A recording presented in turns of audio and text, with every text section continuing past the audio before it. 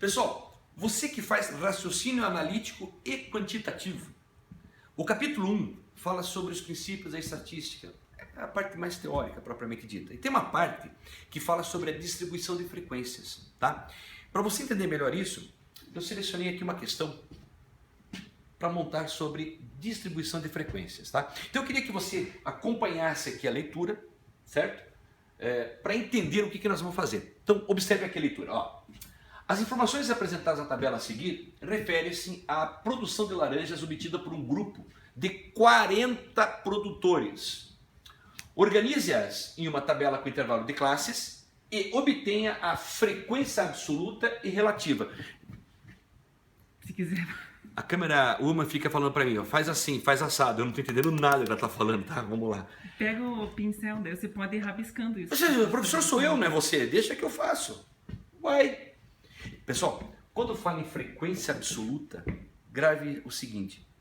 É o número de vezes que aparece no determinado momento. Quer dizer, você tem lá 11,1. Observe, produção de laranjas em toneladas. Então significa dizer que um produtor, ele produziu 11,1 toneladas e entregou lá na cooperativa. O outro produtor, 12,5 toneladas, certo? Então, de repente você vai perceber que pode aparecer aqui determinadas situações que se repetem, ou não. A frequência absoluta ela vai dizer quantas vezes aparece. E quando se fala em frequência relativa, pessoal, é sempre de forma percentual. Apresentou a palavra relativa, é porcentagem, escrever em forma percentual, tá bom? Bom, se você fosse montar uma distribuição de frequências sem intervalo de classes, vocês concordam que ficaria uma coisa enorme? Porque observe, eu tenho quanto aqui, ó? 40 produtores. Você já imaginou colocar aqui 40 linhas para falar de cada uma delas? É loucura. Então o que a gente vai fazer aqui? Nós vamos separar em intervalos de classes, certo? Separar em intervalos de classes. Daí a gente pega, né, de um limite ao outro. Mas para eu separar isso aqui em intervalos de classes, eu tenho que descobrir quantas classes eu posso montar aqui. E quem é que me diz isso? É a forma de Strugers. Como é o nome? Strugers. Strugers. Espetáculo. Então, Strugers. Aí você pega a forma de Strugers, tá? E resolve para descobrir quantas classes. Para, o que significa classe? É o número de linhas que você vai montar a tua tabelinha, entendeu? Tá, como é que funciona? Dá uma olhadinha aqui, Fórmula de Strugers. Lembra da fórmula de Strugers? Eu vou chamar de K igual a 1 mais 3,33, que multiplica o logaritmo na base 10 de N, tá? Esta aqui, ó, é a fórmula de Strugers, onde N é o número de elementos que eu estou estudando. Nesse caso são quanto? 40. Então ficaria assim, ó. Só por Deus que tem aquele logaritmo no meio, né? 1 mais 3,33 vezes logaritmo de 40 na base 10. Bom, você pode usar a calculadora, tá? Não vai se preocupar com essa conta, até porque nem eu iria fazer logaritmo de 40 na base 10 aqui na munheca, tá? 3,33, que vai multiplicar o logaritmo de 40 na base 10. Você vai na tua calculadora, aperta lá, para nós não perdermos tempo. Eu já tenho essa resposta aqui. Eu vou fazer... como faz isso na calculadora? Só na... na calculadora você tem os botõezinhos, você aperta lá. Bom, daí... Tá, brincadeira, pessoal. Brincadeira. Você faz o seguinte, depende da calculadora, depende, tá? Se você for trabalhar, por exemplo, numa HP 12C, lá não tem logaritmo na base 10, tem logaritmo na base E, que é o logaritmo neperiano.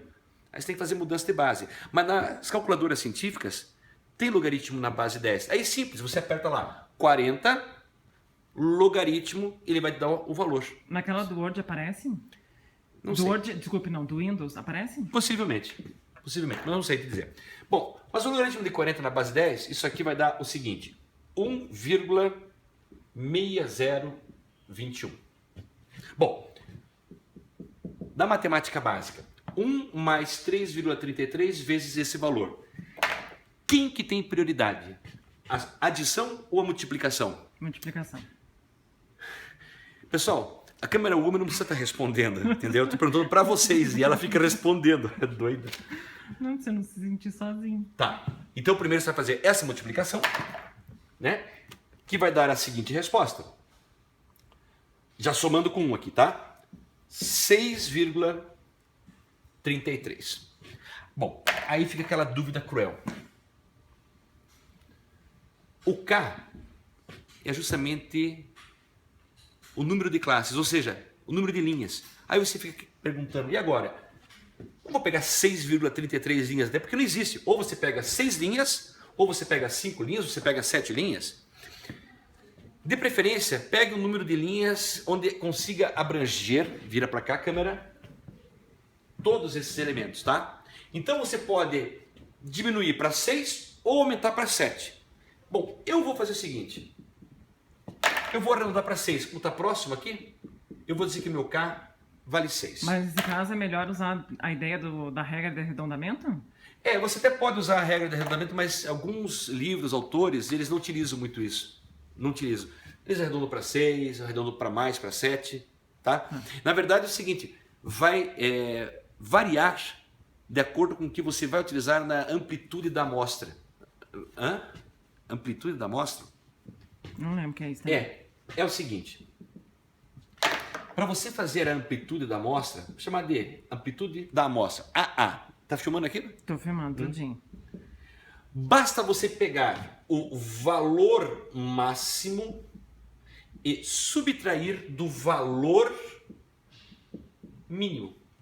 Tá? Essa Maior é a expressão. valor e menor valor da tabela? Muito bem. Espertinha, né? Então, se você olhar aqui, ó, você vai ter que achar, dentro das toneladas que tem aqui, qual que é o maior valor e o menor valor. Bom, tá tudo misturado, mas já para não perder tempo, se você vai olhar aqui, você vai reparar que esse valor seria o valor máximo, 33,2, menos, aí você vai procurar o valor mínimo. Aí você olha, procura e vai observar que o 3,2 é o valor mínimo. Então você vai descobrir que a amplitude da amostra, fazendo essa continha, dá quanto aqui? 30. Tá? Bom, aí que vem a parte final. Para você descobrir qual é a amplitude da classe. O que é a amplitude da classe? Já vou te mostrar, fica calmo.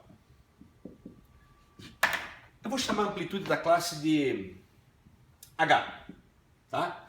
Não importa qual letra você vai colocar ali. A amplitude da classe, ela é calculada através dessa expressão, da amplitude da amostra dividido pelo número K. K significa dizer em quantas classes, em quantas linhas você dividiu. E é agora que você vai perceber o que vale mais a pena você arredondar. Entendeu? Pelo seguinte motivo. Acompanha aqui, ó.